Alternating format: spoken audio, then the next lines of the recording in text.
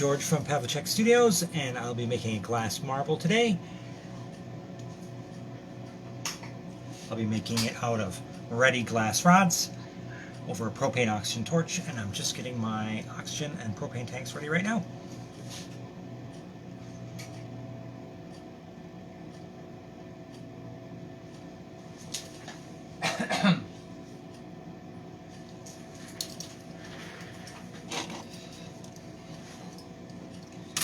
All right.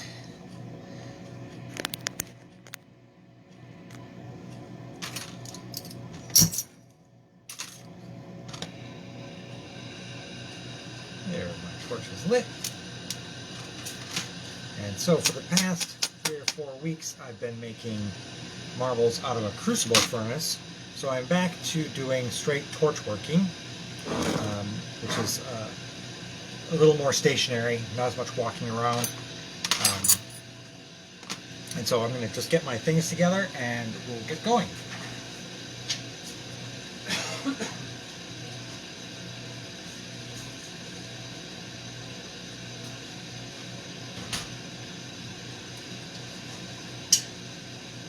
All right, caffeine, the most important part of glassworking.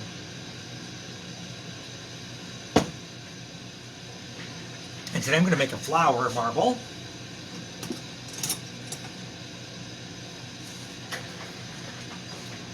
And I'm going to start with a larger diameter. Here we go. So, I'll be starting with this large diameter clear glass rod. I'm going to get a gather at the end, and when it becomes a ball larger than the diameter of the rod, I'm going to flatten it, and then the end of that disc is what I'm going to use to decorate the flower. I've been working on some flowers this week, so I have a lot of materials that I would normally have. You know what? I'm going to go ahead and make some right now, just because it's fun to watch. And so I'm going to make a twisted cane for some of the flower decorations, and it's going to be pink and red. So I'm just flashing them to bring the temperature up. Then I'm going to draw a little line of red on this pink. Actually, I'm going to draw 2 little lines. So I'm heating the end of the red rod a little more strongly. And I'm just making sure the pink rod is warm enough so that the glass will adhere. So I put a stripe of red glass on the pink.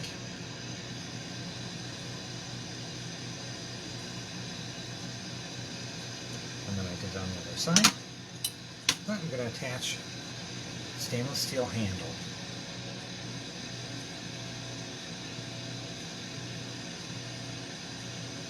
And then thoroughly heat the area that I want to twist. And then I'm going to start giving it some twist.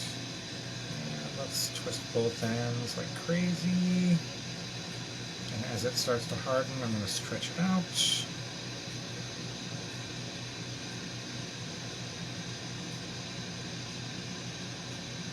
Melt off my stainless steel punty rod. And then there is the twisted, oh, it's too jiggly if I'm holding it from a foot away. Let's detach this from the rod. And then it's probably cold enough for me to touch. There we go. So there it is, pink with little red stripes. We'll use that to decorate. I also have one that I pulled earlier, which is red with pink and black stripes, also useful. And I need pink thread that I pulled earlier, that will be for the petals. Black one for the stamen. Oh, let's switch to a yellow one for the stamen. And some green. And looks like we're good to go. Alright, so let's heat a clear glass rod. I'm going to heat it until, flash it until it gets up to about 500 degrees so it won't crackle and pop.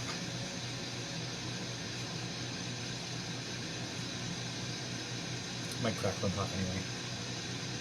Glass can be stubborn.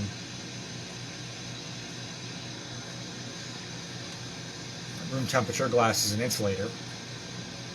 Once glass becomes molten, it's a conductor. So once it gets hot, it wants to stay, it wants to absorb more heat. Once it starts to cool, it doesn't want to absorb more heat. That's my understanding anyway.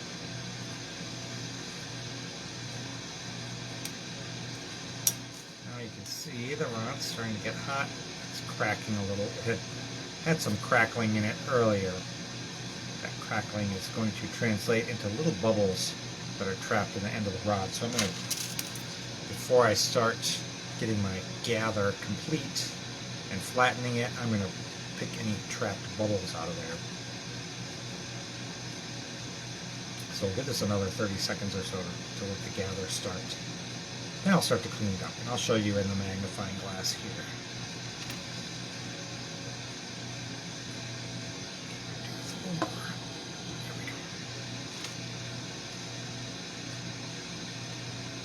So we have glass is melting, and there's a cracked end portion of the rod. I want to clean that up. No matter how carefully you preheat with Moretti, it can be very temperamental. And so you just have to be willing to work with that, especially with these larger diameter rods. But we'll have a little patience, and we'll get back to where we're holding it at a downward angle towards our hand so that clear gather is rolling back onto the surface of the rod and increasing as it rolls back upon itself. When the glass is orange hot, I can see any impurities that might be on the surface or any bubbles that are subsurface. And so while I've got a clear view of those, I'm going to go in with my tweezers and get rid of any impurities that are going to be affecting my design. And so since this is a flower marble, 95% of this marble is this clear gather, and it's just a few dots that I'm going to stretch around and turn the glass inside out to get to move in the direction that I want. Now this is looking a lot cleaner, and I'm going to return to rolling my gather back onto the rod. I'm going to increase its mass by another bit, this feel thing, and then I'm going to flatten it out into a disc. And then I can start painting my flower two-dimensionally on the surface of that disc. And that's the fun part.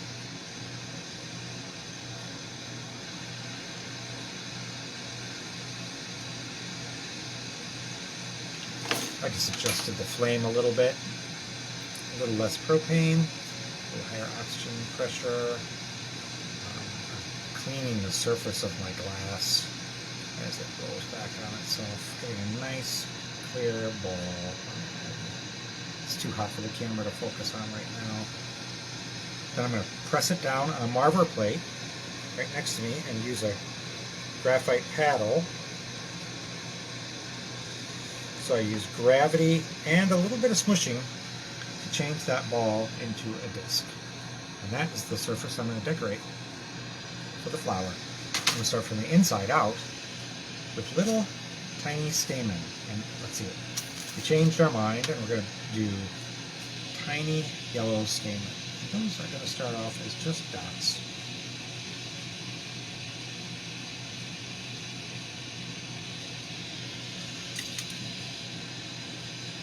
And I'm going to melt them in just a little bit. And I'll show you those are the little stamen dots. Now we're going to draw some petals on there. Some pink.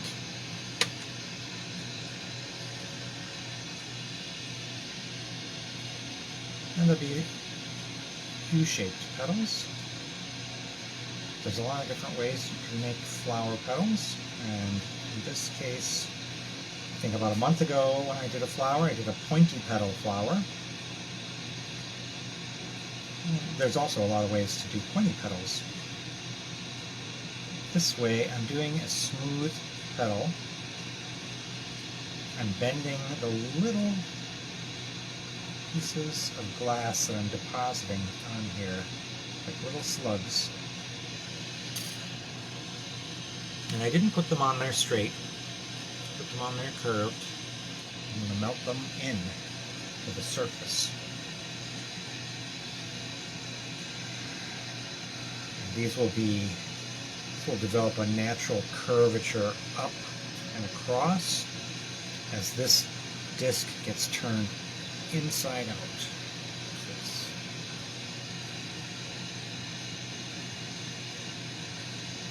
So I'm going to melt them into the surface first. And then I'm going to heat the edge of the disc at an angle like this, and it's going to cup shape. Glass is going to pull from the top and outside of the disc down, and then I'm going to flatten that cup shape, push it. As I push it, it's going to take the glass that came around the outside and push it up into the center. Cupping and pushing. That's how I'm going to turn this disc inside out. The center rod is an anchor, so that portion won't turn inside out, but the outside of the disc will turn inside out. It'll be like convecting a torus or a donut shape. So I have my first cup there.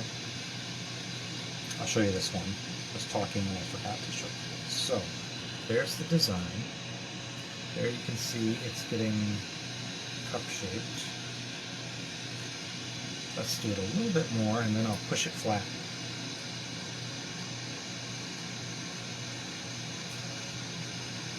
I want it to cup evenly and not too drastically, just a little bit. So there it's cupping. Push it flat. I'm going to cup and push it one more time. And then on the inside I've done the stamen. Around that, in a series of concentric circles, I've done the petals. And now that I've cupped and pushed this 3 times, that design in the center has started to go up in. And so the apparent design on the surface of the disc has actually shrank already. It's contracting into a point. But what that has done is given me more room to draw on the petioles outside of the petals. I'm going to do that with a dark green thread that I've pulled.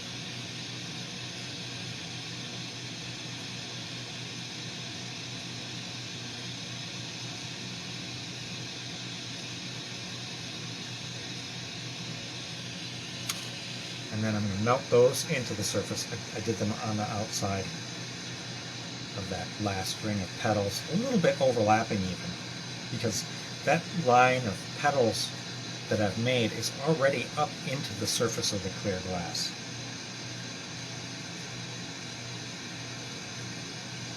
So I'm going to let it slump into a cup shape and then push it flat. And you can't quite see it blooming yet, but you can see the petiole layer that I added around the outside of the petals. And that already shrank one iteration. Let's do it a few more times and see what it looks like. And after a few more times, I'll be able to show it to you from the side, and you'll be able to see the flowers starting to bloom up inside that disc.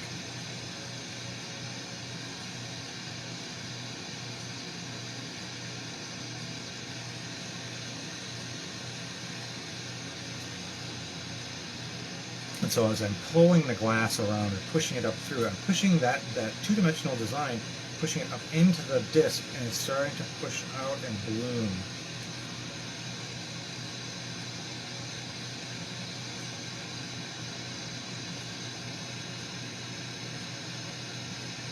And as I'm looking at the disc is getting less defined, and as I keep cupping and pushing it, it's going to become more and more spherical, losing its disc shape, because I'm not pushing down on the top surface. I wouldn't want to do that because that would flatten out my design. I want it to start becoming more and more three-dimensional.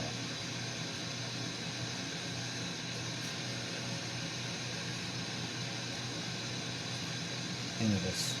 I can see it from the side starting to bloom. I'm going to show it to you guys now.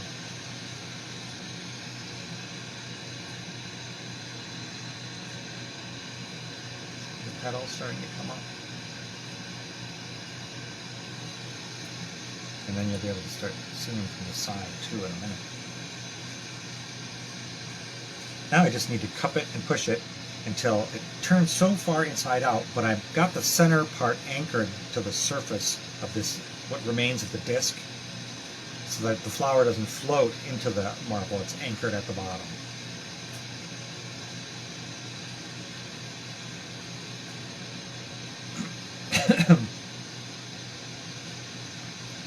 So this is a difference between the old, originally this inside-out design came from paperweight artists who would slap this down on some frit and then do the very beginnings of this inside-out technique, and would start to see that frit bloom up.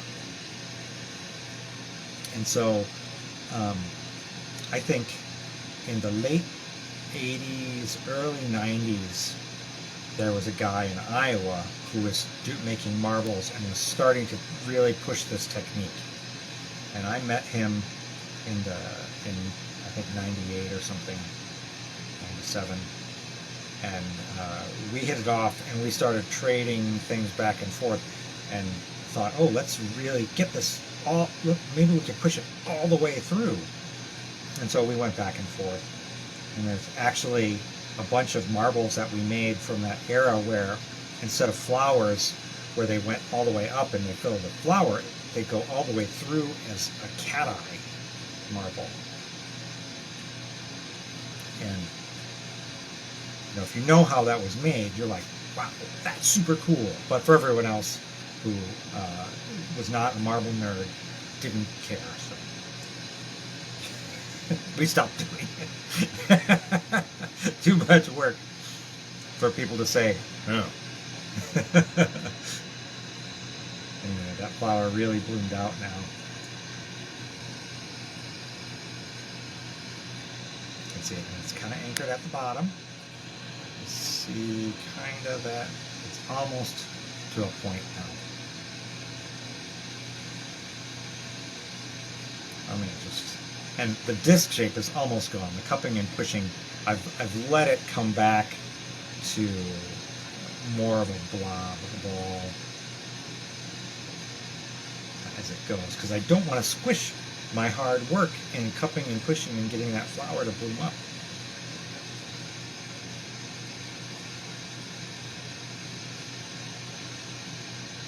Anyway, that is pretty nice. So now I want to make some background flowers, so I'm going to decorate.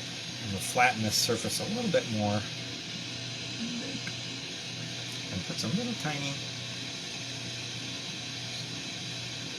twisted dots, applying them and twisting them. There you go. Making little flowers.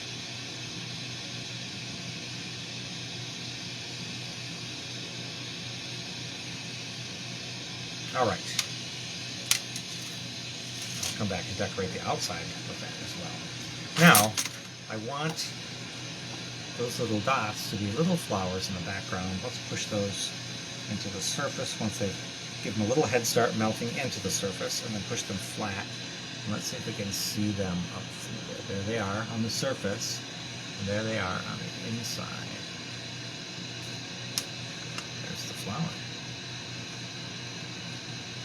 All right, now I want this flower to be sitting on like a tablecloth, a green tablecloth, or a green bunch of grass. So I'm going to create a little mini hemisphere on the bottom of solid green glass. Top part's decorated with those little dots that I just put on here. Then I'll put in the green, and then I'll decorate the bottom. And then we'll turn this blob into the marble it was meant to be. So I put a gathered green on there. I'll squish it flat. Needs to be a bit bigger. So I'm going to put another gather of green on there.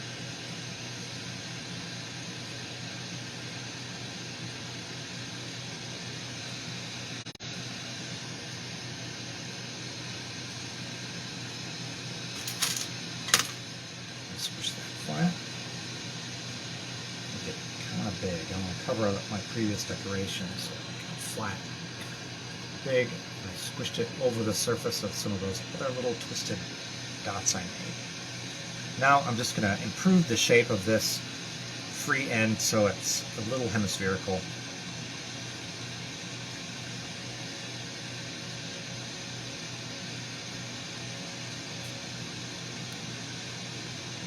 So I'm heating this end. I'm holding it down because I want surface tension and the heat and my rotation to draw it into a more hemisphere shape on the free end. But I'm going to get a little help with a graphite marble mold. Just give it a little press, and a little turn.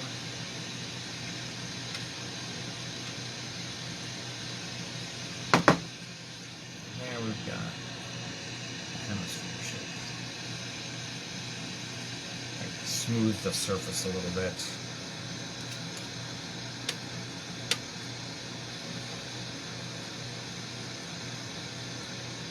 I'm using a marble graphite hemisphere mold to make it a little bit more hemispherical. And then I've got that nice round green field to decorate. And there's my marble from the side, my flower I mean.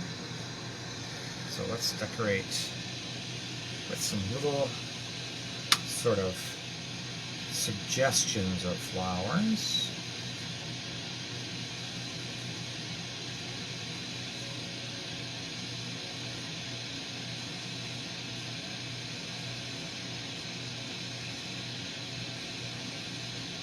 So I put the flowers there on the circle. I'm going to make some little stems coming into the center from those flowers. I like to turn my flame way down when I'm drawing with a little tiny glass thread. I'll show it to you when I'm done. And it made a blob in the center where all the lines met. I'll pull that out. There's the little lines I put in the center. So it's like a little, from the perspective of an ant looking up at those flowers. Let's melt them in and see what it looks like.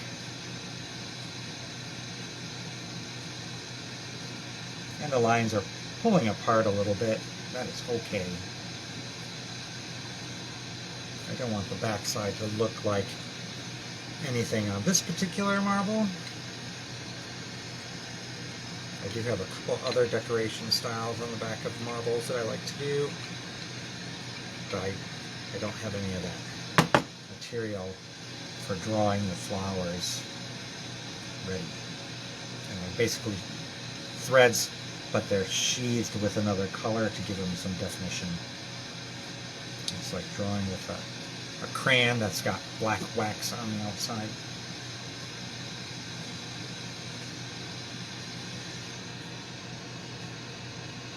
Let's see if those colors will resolve when they start to get non-super hot. There you go, they look like little ice cream cone flowers almost. Now, that's pretty smooth.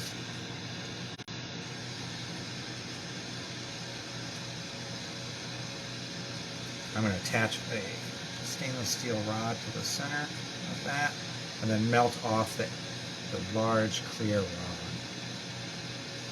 And I'm going to pull off some of that clear too, I think. You'll see when I pull this apart, a little more of the rod is going to come off because I don't want to damage my flower design. And so that'll be alright.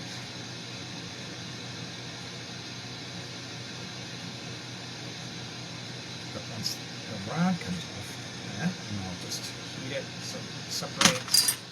I've got like this extra cone of clear on the top, and that's not going to contribute to the design if I push it back in. because I think the flower is the way I want. So you could push that clear down and change the design, or you could pull some of this clear off and change the design.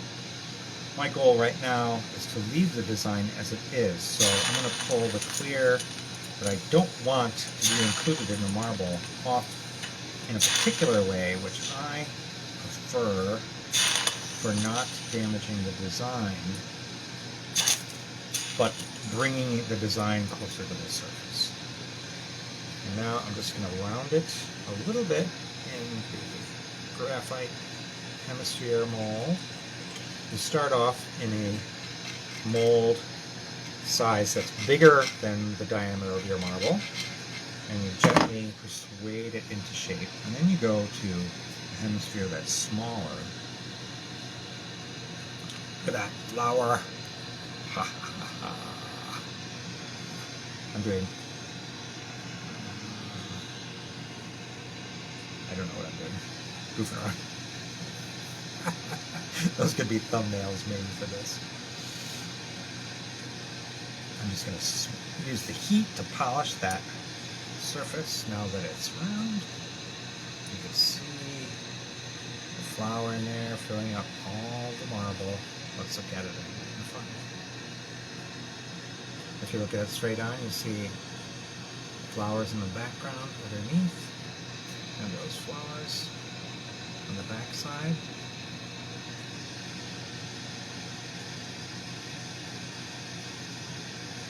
And the petioles on this one came out nice. They're really holding tight on the flower, but they look natural.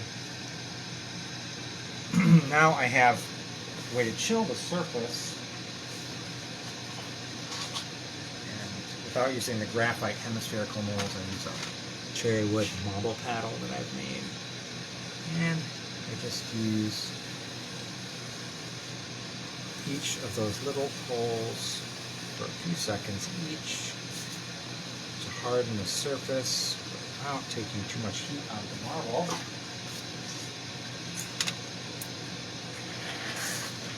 And now my last connection to the marble is going to be a glass, and it's going to be just a little pencil point. So I'm going to clean any impurities off the tip from the previous marble attachment point. And I'm shaping it into a pencil point. Then I'm going to have the surface of the marble be a certain temperature, and the surface of the punty, glass punty, be a certain temperature, and then touch them together, having a little cold fusion joint. And then I can heat the stainless steel punty, this one, until it releases from the marble. It'll pull a little bit of glass with it, just like that. And I'll pinch that, the glass will come off. I'm going to look at my end,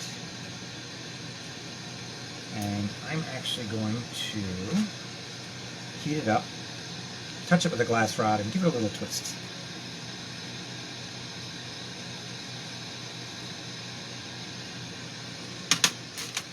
So instead of an open design, those last lines will all be connected and swirl together like they came out from a point and grew. A wonderful way to see it here. And it looks like it's going to revolve. There we go.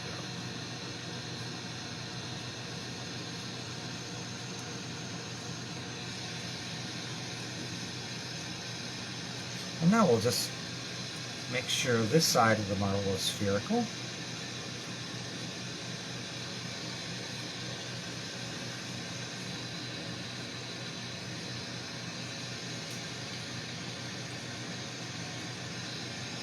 Doesn't need much. It's almost there, so I'm just giving it a little spin. Persuade it. Came out very nice. Good fill in the marble, good design all the way around. You can really see it. The design at the base contributes without distracting, but it lets the flower be the flower. and yet the marble can be interesting from all viewing angles. Have a little something. And I'm going to do my last pass with a cherry wood marble paddle.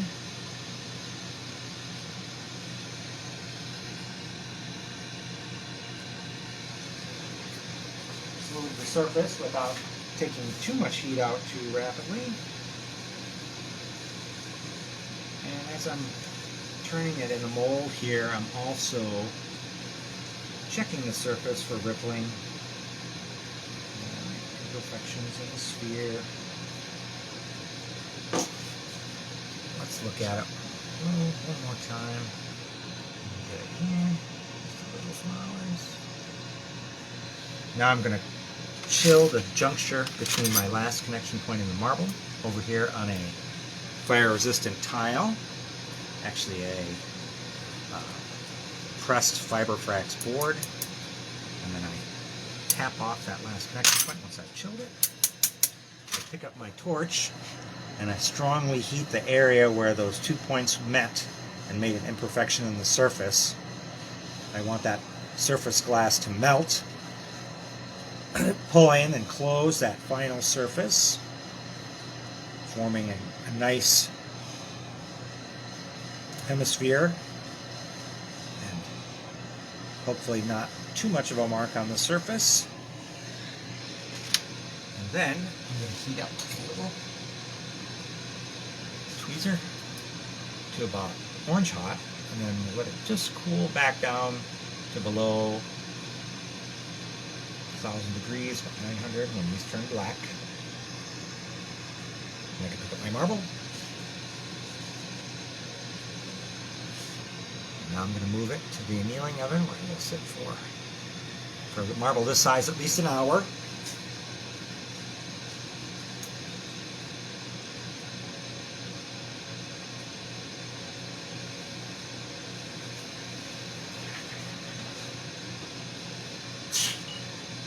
And that marble will anneal for an hour at 960 degrees Fahrenheit, so that all of the molecular bonds that I've misaligned and muscled by squishing different colors together and bending it around will get to relax to their preferred bond angle. And then after an hour, I'll start to ramp down the temperature and cool overnight. And tomorrow morning, we'll take a picture of that and post it on the group to see what we made here this evening. All right. Thanks for watching. We'll see you back here next week, and I hope you can find something you like on my website. All right, bye-bye.